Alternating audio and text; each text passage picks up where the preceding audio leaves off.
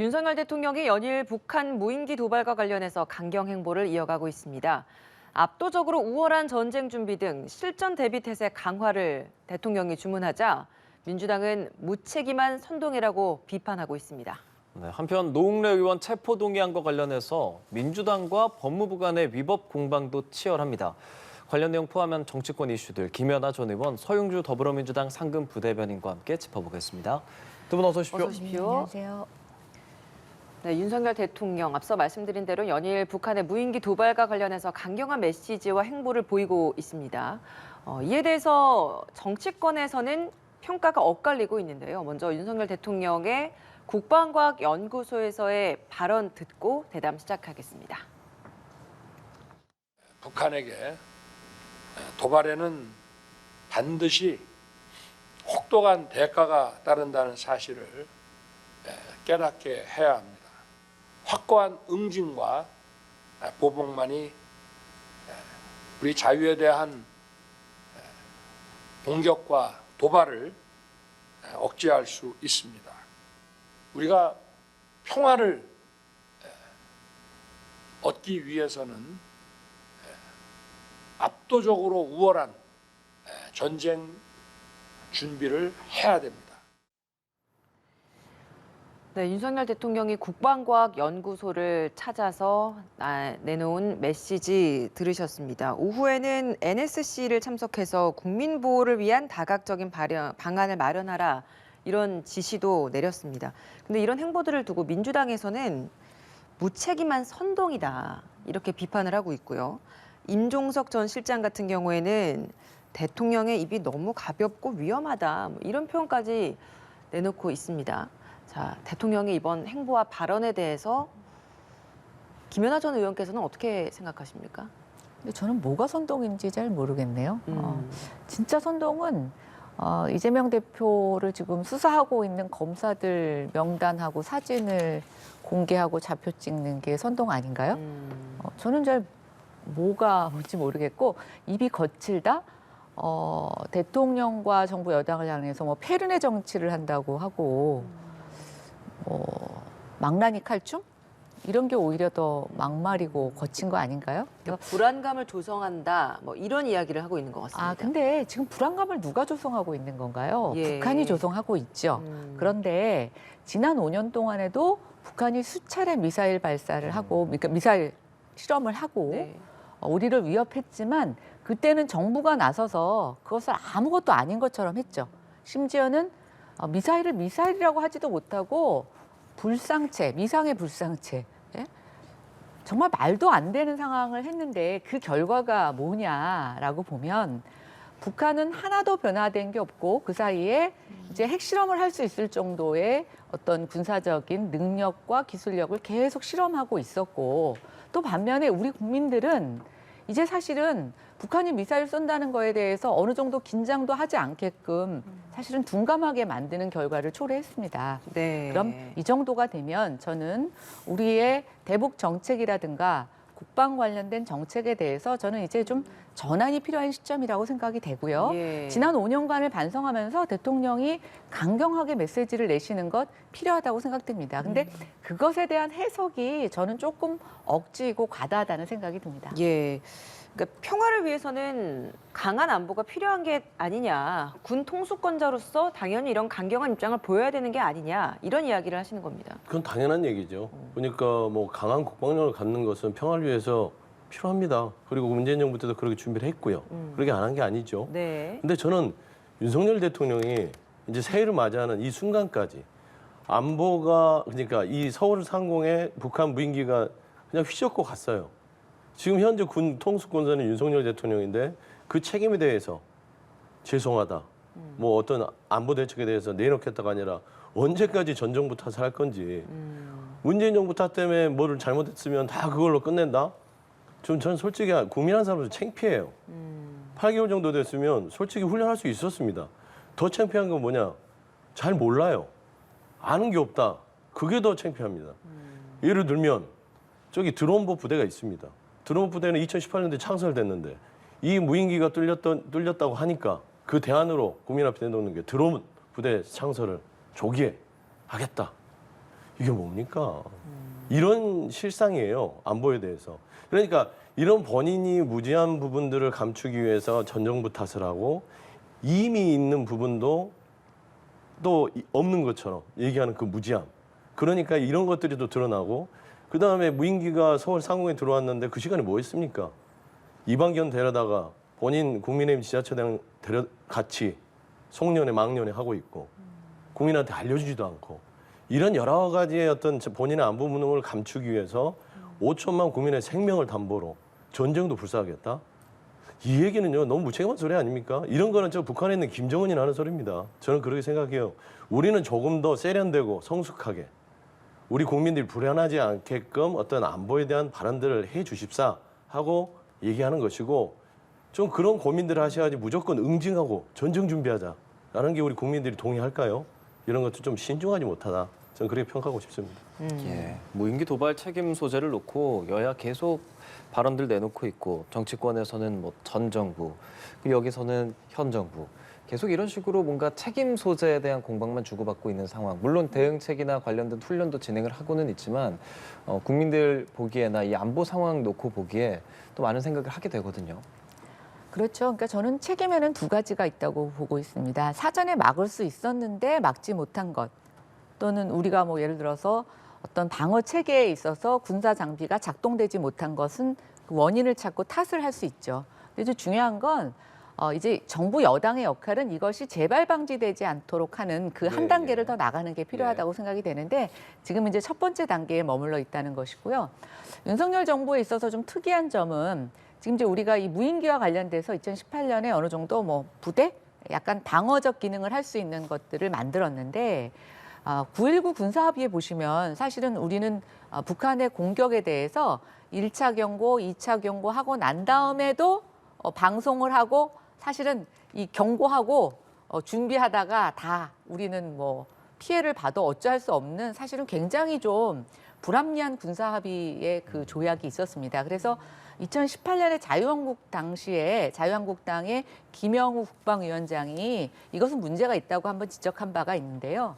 이번에 보시면 무인기는 원래 레이더에 잡히지 않습니다. 그리고 이번에 온 무인기가 굉장히 작았기 때문에 이게 눈으로 봐도 사실은 군사용 무인기인지 알 수가 없었고 또 요즘 보시면 무인기는 그 큰 비행기나 미사일로 잡을 수 있는 게 아니라 오죽하면 외국에서도 독수리가 이 무인기를 잡아 낚아채서 이거를 떨어뜨린다라고 하는 전술이 나올 정도로 굉장히 새롭게 등장한 군사적 기술인데요.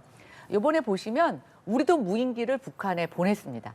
북한은 그것이 왔다 갔는지도 모를 정도로 우리가 하고 왔는데 과거의 문재인 정부 때라면 우리가 정말 그냥 일방적으로 수세하고 또 사실은 좀 참아주고 하는 그런 국방 대응을 했다면 이제는 우리도 뭐 이에는 이 눈에는 이 저는 뭐 그거의 문제가 아니라 자꾸만 이렇게 도발을 일삼으면 우리도 가만히 있지 않겠다라는 것을 보여주는 강력한 의지의 표명과 결단이었다라고 보고 있어서 이제 앞으로 필요하죠. 그러면 북한이 이런 것들을 재발하지 않도록 하기 위해서 우리가 뭐를 해야 되느냐라는 것은 윤석열 정부의 숙제가 분명 맞습니다. 그러나 그동안 우리가 되게 안이하게 북한에 대응해 왔던 것에 대해서는 반성과 개선이 필요하다고 생각합니다. 저 좀 한 말씀 드리면 이게 안보 문제는요 저희가 뭐 이제 다투는 문제는 아니에요. 그러니까 여야가 이건 안보는 이념의 대립이 있어서는 안 됩니다. 한반도의 평화를 지키는 건 여야가 같은 의견을 모아야 되죠. 근데 저는 아쉬웠던 게 그 말이라니까요. 윤석열 대통령께서 설사 전 정부 탓을 좀 하더라도 본인 탓에 대한 어떤 깨우침이 없어요. 지도자라는 그런 거 아니겠습니까? 100에서 70%는 남 탓할 수 있어요. 그럼 마음으로 해야죠. 30%, 20% 자기가 잘못했으면 자기가 어떤 부분에 있어서 잘못을 했는지를 국민들한테 알리고 어떻게 발전하겠다 해야 되는데 남 탓만 하면 발전이 있겠습니까? 계속 그래 왔어요. 그러니까 발전이 없어요. 그다음에 두 번째 보면 지금 현재 윤석열 정부의 국방부도요. 대통령께서 드론 훈련 하나도 안 했다 했는데 국방부가 반론을 하지 않습니까? 드론 훈련이 있었다. 근데 보면 찾아봤더니요. 각 언론사마다 드론 훈련한 거를 2022년 8월에도 했어요. 이 도심에 출연한 드론을 잡는 훈련. 이게 대대적으로 언론에 방송이 됐습니다. 그런 조차 관심이 없는 대통령께서 이 안보의 무능이 드러나고 무지가 드러나니 이걸 어떻게 북한 쪽에 전쟁에 불사하겠다라고 하는 식의 어떤 과잉 대응으로서 이걸 덮으려고 하면 결국엔 좋습니다. 그렇게 프레임을 전환하는 건 좋지만 우리 국민들 불안해한다 그 말입니다. 예. 그러니까 이런 부분에 있어서는 전 정부나 현 정부나 이런 이념 대립으로서 풀지 말고 진짜 안보에 대해서 좀 고민을 좀 심각하게 했으면 좋겠다라는 말씀드립니다. 예, 알겠습니다. 이 이야기는 여기까지 해보겠습니다. 한동훈 장관이 노웅래 의원 체포동의 요청 이유를 국회에서 출석해서 설명을 했죠. 굉장히 긴 시간 동안 이례적으로 설명을 한 걸 두고 위법성 공방이 벌어지고 있습니다. 일단 민주당에서 주장하는 건 어떤 부분이 위법하다라는 겁니까? 그러니까 이제 국회법상 보면 국회법 93조에 보면 안건 심사 부분은 그러니까 이제 체포동의안은 제안자가 법무부잖아요. 예. 그래서 법무부 제안자가 이제 거기에 대해 심의에 대해서 안건 설명을 합니다. 그렇죠. 이거를 안건을 통과해 주십시오. 라고 할 때는 보통 그 국회법상 취지만 설명한다 돼 있습니다. 근데 한동훈 장관의 발언을 보면 사견이 들어갑니다. 개인적인 의견. 보면은 뭐 아주 그 체포영장이나 사전영장에 들어가 있는 범죄 혐의의 소상한 내용들, 뭐 예를 들면 부스럭거리는 소리가 녹음이 돼 있다. 그리고 이런 녹음까지 있는 명백한 뇌물사건의 증거를 자기는 본 적이 검사를 없다. 한 이래로 본 적이 없다. 어. 정말 검사한 적 이후로 없었을까요? 수십 년 동안 했는데 이게 사견이 들어간 거죠. 그러니까 그런 부분에 있어서 사견이 들어간 부분도 첫 번째고요. 두 번째, 이게 원래 취지를 설명해야 되는데 국민들이 말하자면 검찰은 이 내용을 증거를 확보했지만 아직 법원이 그거를 증거로 인정해 주는지 안 했는지 몰라요. 네. 그렇지 않습니까? 아직 이거는 무죄추정위원칙인데도 불구하고 국회에 나와서 국민들이 다 보는데 노웅래 의원을 전체로 그 소상한 내용들을 피의 사실을 공표함을 통해서 노웅래 의원을 이미 범죄자로 만들어버렸습니다. 이거는 명백한 명예훼손 부분도 있고요. 설사 피의 사실 공표가 아니더라도 수사 기밀을 누설한 그런 혐의도 적용할 수 있기 때문에 제가 이번에 한동훈 장관이 발언을 보면서 아쉬운 건 본인이 과거의 어떤 부분들을 생각했던 저변에는 내가 정치적으로 한번 좀 튀어보고 싶다라는 게 있지 않았을까. 한동훈 장관이 그런 것들이 이제 위법성인지 법에 위반이 되는지를 모르고 그렇게 행동을 했을까라는 생각도 들거든요. 그걸 몰랐을 리가 없잖아요. 법무부 장관의 수십 년 동안 검사를 출신에다가 이런 분인데 몰랐을까요? 정치적인 거예요. 잘 보시면 야당 의원인 노웅래 의원을 망신을 줌으로써 구체적인 그 범죄 사실을 적시함으로써 그러면은 야당 의원들이 부결을 합니다. 그러면 국민들이 어떻게 보겠어요? 이런 구체적인 범죄 사실이 있는데 야당 의원들이 부결했어. 그러면은 국민들이 누굴 욕하겠어요? 야당을 욕하겠죠. 그런 저변이 깔려 있지 않고서는 정치적인 어떤 의도가 있지 않고서는 이런 발언을 할 수 없다. 그렇기 때문에 예. 한동훈 장관께서는 이번에 좀 실수를 하신 것 같다. 하고 좀 말씀드린 겁니다. 네, 여기 대해서 반론 기회 드리겠습니다. 제가 얘기를 들어보니까 한동훈 장관의 발언이 정치적인 것이 아니라 한동훈 장관의 발언을 해석하는 민주당의 저는 이 지금 행태가 되게 정치적이네요. 예. 노웅래 의원 체포동의안 관련해서 한동훈 장관이 문자 메시지를 공개하고 뭐 이런 부분에 대해서 이야기를 하고 있었는데 소영주 대변인께서는 이게 명예훼손의 여부도 있고 뿐만 아니라 한동훈 법무부 장관의 어떤 정치적인 해석으로도 생각할 만한 여지가 있다는 이야기 해주셨거든요. 그러니까 이제 아까 제가 말씀드린 것처럼 한동훈 장관이 정치적이라기보다는 한동훈 장관의 행동에 대한 해석이 저는 정치적이라고 보고 있고요.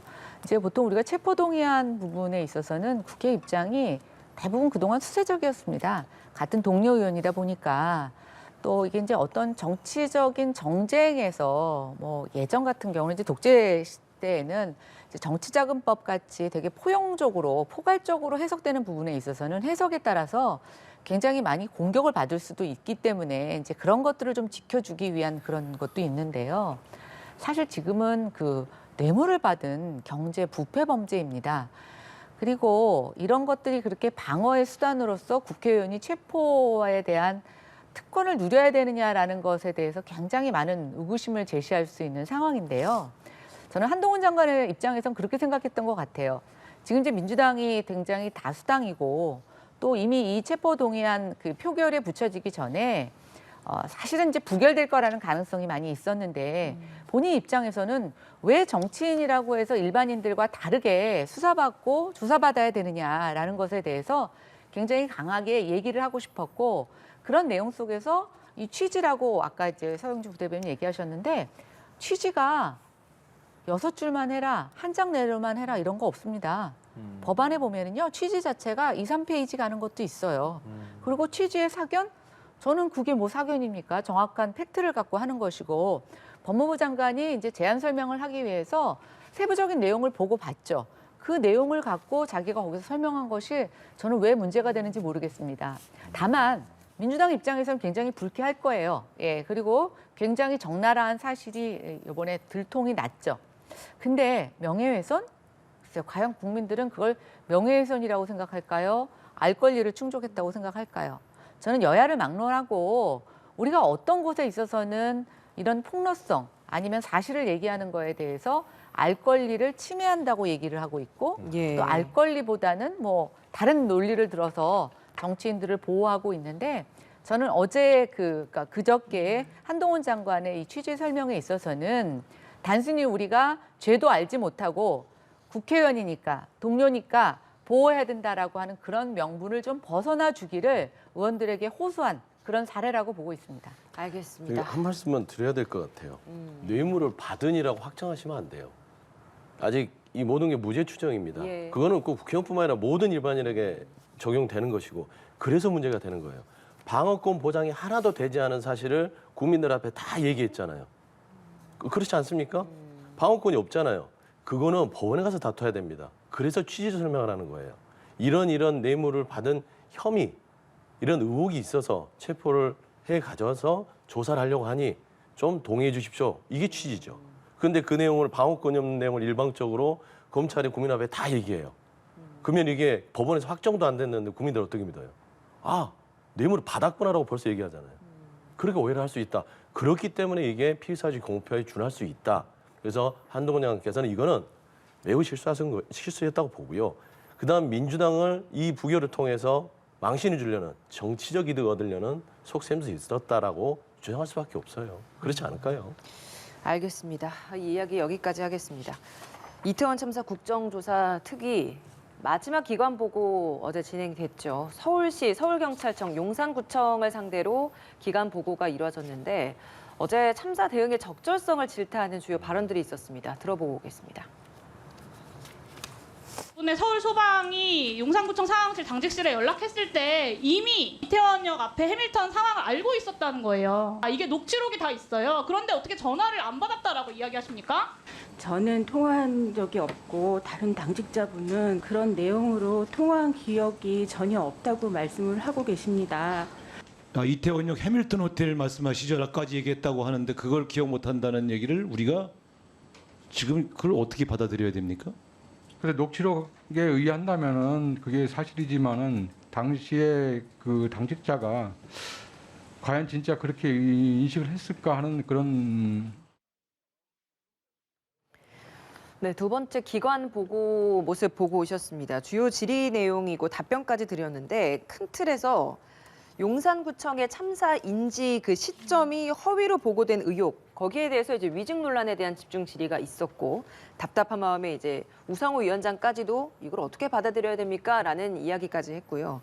그리고 마약 수사로 인해서 인파 관리가 미흡했던 게 아니냐라는 점을 또 민주당에서는 지적을 하는 이 두 개로 좀 구분 지을 수 있을 것 같습니다.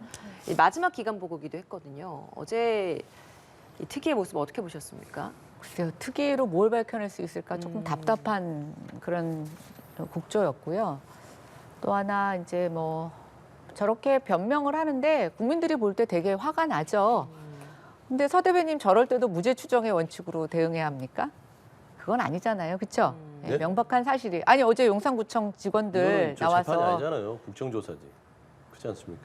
그건 무죄 아니요. 추정하고 다른 개념이죠. 아니죠. 모든 사람들이 재판이 받기 전에는 무죄 추정의 원칙이라면서요. 알겠습니다. 얘기하십시오. 그리고 어제 용산구청 저 직원들이 녹취록이 남아 있는데도 기억이 안 난다고 하죠. 그리고 자기가 그때 무슨 얘기, 생각으로 저런 얘기를 했는지 못했다고 했는데 굉장히 부적절합니다. 말도 안 되고요. 기록에 남아 있습니다. 그것까지 기억하지 못한다면 자신의 기억을 지우고 싶은 거겠죠. 이재명 대표가 고 김문기 씨를 모른다고 얘기하는 것처럼 이 기억의 영역이라고 하는 묘한 트렌드가 정치권에서부터 확산이 돼서 온 공직자들에게도 지금 전파되고 있습니다. 굉장히 부적절한 사례입니다. 앞으로 자꾸만 무죄 추정의 원칙, 뭐 정치인에 대한 명예훼손 이런 거 운운하는데 정치인들은 그런 걸 넘어서 겸손하고 또 의혹이 있으면 기꺼이 나가서 조사받고 해야 합니다. 다만 어제 왜 노웅래 의원의 그저께 노웅래 의원에 대한 체포동의안이 있었느냐, 그것이 왜 상정됐느냐, 도주할 염려는 없겠죠. 현직 국회의원이니까. 그러나 증거인멸의 우려가 있기 때문에 체포동의안이 올라온 거고요.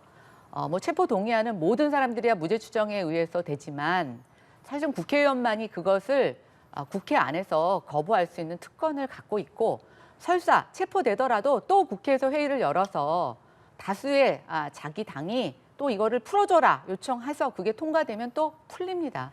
어마어마한 특권을 두고 있는 것이고요. 그런 측면에서 저는 이 모든 특조나 국조에서 정말 국민들이 이 진실을 알아야 되는 이 상황에 대해서 모든 것들이 정상화되는 과정이 좀 이번 기회에 또 이태원 사고와 대장동 수사, 또 성남FC 수사, 쌍방울 모든 것과 아울러서 좀 정상이 회복되는 그런 시간이 됐으면 좋겠습니다. 용산 이 구청의 허위 보고 의혹과 관련된 부분을 이제 노웅래 의원 그리고 이재명 대표의 이 수사와 다 관련돼서 지금 한 번에 말씀하셨는데, 결론적으로는 허위 증언이나 뭐 이런 위증이나 이런 것들에 대한 바람직하지 않음을 말씀을 아니 하셨습니다. 근데 왜 그러겠어요? 높은 지위를 갖고 있는 사람들이 거짓말하고 버티고 그것이 어떤 때는 어물쩍 넘어가니까 밑에 사람들이 따라하는 겁니다. 공직기관에서. 알겠습니다. 그러니까요. 윤석열 정부가 그런 것 같아요. 따라하죠. 지금 윤석열 정부의 공무원들이잖아요. 저는 이거 보면서 야, 바이든 날리면이구나. 녹취록이 있는데도 안 들린다. 이 XX인데 나 한 적 없다. 딱 똑같아요. 딱 그게 떠오르더라고요. 야, 이렇게 이태원 참사를 대하니 책임 있는 공무원인가. 정말로 뻔뻔하구나. 저는 그런 생각이 들었고요. 저는 모르겠습니다. 이 전체적인 왜 이 정부 자체가 이렇게까지 그냥 뭉개고 우기고 그냥 모든 걸 회피하면은 모든 걸 벗어날 거라고 생각하는지, 조금이라도 국민 용심으로 정말 이태원 참사 유족들이 보는데 창피하지 않을까요? 어떻게 사람의 마음이라면 어떻게 저렇게 답변할 수 있을까요? 특히나 놀랬던 거는 이상민 행정안전부 장관께서 이 국정조사 자리에 가서 뭐라고 하셨습니까? 왜 그 현장에 안 갔습니까? 80분 동안, 85분 동안 왜 기사 기다렸습니까? 했더니 골든타임이 다 끝나서요. 이게 할 말입니까? 이 나라의 안전을 책임지는 장관이 골든타임 다 끝났으니까 한가롭게 가겠다. 나중에 사과를 했지만 이런 사고를 가지고 있는 게 현 정부입니다. 그러니까 이태원 참사 이 국정조사를 하고 싶겠어요? 국민의힘 의원들 보십시오. 사사건건 공부하시는 학생처럼 책상 바꿔달라, 짝꿍 바꿔달라 하면서 12조로 국정조사 안 하겠다고 지금 으름장어 넣고 빠져나가잖아요. 지금 유족들이 보고 있습니다. 생때 가던 자식을 잃은 유족들이 보고 있으니까 제발 국정조사 방해하지 마시고, 그다음에 조사받는 분들도 좀 겸허한 마음으로 국민 앞에 공직자로서 제발 머리 숙이고 있는 그대로 사과하고 반성하고 제발 방지 대책을 해야 되지 않겠냐라는 좀 부탁을 드리고 싶습니다. 예, 여야 할 것 없이 이태원 참사 국정조사 어렵사리 시작이 됐으니까요. 남은 기간 뭐 연장 여부는 또 나중에 따져보더라도 지금까지 있는 기간 동안이라도 조금 더 국민들에게 다가가는 모습 있었으면 좋겠습니다. 국민의힘 전대 얘기해 보겠습니다. 이제 내년 3월 8일 전대 앞두고 있고 본격 시동을 걸고 있는데 당협위원장 인선했잖아요. 네. 근데 그 부분에 있어서 많이 나오는 말이 지금 친윤계 검찰이 약진하고 비윤이 약진하지 못한다. 그래서 허은하 의원이 이런 말도 내놨어요. 친윤 아니면 다 나가라는 것인가? 이렇게 또 반발을 했거든요. 어떻게 들으시는지요? 근데 친윤 그다음에 검사 출신이 약진했다라는 것은 지금 허은하 의원하고 김경진 전 의원이 붙었던 동대문 얘기를 하는 거 아닌가요? 네. 그 지역 말고 어디가 검사가 약진을 하고 이런 게 있었는지 모르겠고요. 그다음에 이번에 이제 의외로 사고 당협이 60개가 넘는데 한 20여 개를 그대로 비워뒀습니다. 뭐 딱히 그게 이준석 대표가 임명한 자리라서 그런 것보다는 굉장히 뭐 국민의힘 입장에서는 나중에 여러 가지 공천과 관련해서 전략적으로 필요한 지역인데 거기에 지금 해당자가 없다, 이런 적임자가 없다 이런 경우에 비워놓은 경우도 있고 또 뭐 그와 관계없이 지금 지원한 사람들 중에 적임자가 없어서 비워둔 지역들도 있습니다. 각각의 사연이 있는데 특정 한 지역만의 사례를 갖고 이 지금 당협위원장에 대한 선정을 조금 왜곡 보도하는 것은 적절하지 않다고 생각이 됩니다. 근데 그 정미경 전 의원 같은 경우에도 성남 분당 을에 이제 내정이 됐었는데 그 자리도 또 비워둔 것. 이게 이제 비운 근데 길들이기가 이제 아니냐, 뭐 이런 게 정미경 또 의원님 되거든요. 같은 경우는 원래 또 수원에 계셨었어요. 그래서 분당으로 지원할 때서부터 또 고전에는 어디에다 하셨었냐면 서초동 보궐 일어났을 때 지금 조은희 의원 했을 때 또 거기에 지원을 하셔서 근데 김경진 의원 같은 경우에도 그러면 또 그런 비슷한 상황이 또 되는데 이번에 또 됐거든요. 예, 아니 그래서 이제 예. 이게 제가 말씀드리잖아요. 여러 예. 가지 사안을 놓고 보면 아. 그 안에서 어떤 의사결정이 있었는지 정해질 수 있지만 이게 단순히 친윤 검사만의 어떤 그런 꼭 내려받기다 뭐 이런 식으로 평가하는 건 옳지 않다고 보고 있고요. 지금 거기에는 정미경 의원이 낙점 안 된 게 아니라 비워놓은 상태입니다. 그쵸. 보류라는 거죠. 예. 그러니까 여기는 허은하 의원이 안 됐다고 얘기하는 거지만 저쪽에는 보류로 되어 있기 때문에 가치 사안을 비교할 수 있는 것은 아닌 것 같습니다. 그러니까 정미경 전 의원 자리가 이제 비워진 이유나 이런 것에서 적절성을 판단하는 요인 중에 하나가 여러 군데를 이제 좀 옮겨가면서 지원을 했던 부분도 판단의 요인이 되지 않았을까라는 말씀을 하신 겁니다. 물론 김경진 의원 같은 경우에도 원래 과거에 광주에서 이제, 하셨었고 예. 그다음에 21대 국회에서 낙선한 이후에는 사실은 어디 당협에 몸담고 계시지는 않았어요. 네. 그렇지만 판단 요인은 다양한 다른 것들이 있었을 것이다. 이렇게 이야기를 하십니다. 자, 민주당에서는 지금 이런 국민의힘의 상황 어떻게 보고 계십니까? 뭐 상대당이니까요. 뭐 제가 뭐 깊숙하게 뭐 평가할 만한 건 아니지만 그냥 정치하는 입장에서 봤을 때는 네. 너무 노골적이다. 그러니까 당원 이 유승민 전 의원을 막기 위해서 당원 100%로 바꾸고 그 과정도 여러 가지로 뭐 저 용산의 의중을 파악했다. 거기에다가 이 안전장치로 결선 투표까지 도입하는 정말 웃지 못할 그런 노골적인 행태들을 보이면서 아 정당 정치가 이렇게 가야 되냐 하는 좀 부끄러움이 있어요. 근데 이번에 또 당협위원장 임명하는 거 보면 면면을 보면 다 윤석열 대통령 캠프에서 일했던 분들이고요. 다 윤석열 윤핵관 라인들에서 파생된 분들이 지금 돼 있습니다. 이제 단편적으로 허은하 의원과 김경진 의원만 보고 그럴 수는 없지만 허은하 의원은 대표적으로 오해할 수 있죠. 이준석 대표를 끝까지 지켰던 사람이고 그 다음에 이미 그 지역에서 지역위원장을 하고 있는 그런 부분에서 아니 그러니까 신청한 부분에서 따지고 보면 그 당시에는 허은하 의원이 되게 그 말하자면은 유력했어요. 그렇죠. 그런데 김경진 의원을 갑자기 원래 호남에 있던 분을 데려다가 그 옆에다가 경쟁을 시켜서 그분을 보낸다. 그리고 심지어 현아 의원은요 비례대표 지금 현직이에요. 그럼 강동갑을 보세요. 거기에 윤희석 전 대변인이 있고 그다음에 전주에 비례대표 의원이 있잖아요. 전주 의원도 대표적 윤핵관이죠. 알겠습니다. 그렇게 보면은 오해할 수 있다. 그런 분에서는 너무 노골적으로 윤심 중심으로 돌아가는 정당 아니다. 그렇게 보고 싶습니다. 예, 오늘 두 분 말씀 여기까지 듣겠습니다. 오늘 고맙습니다. 고맙습니다.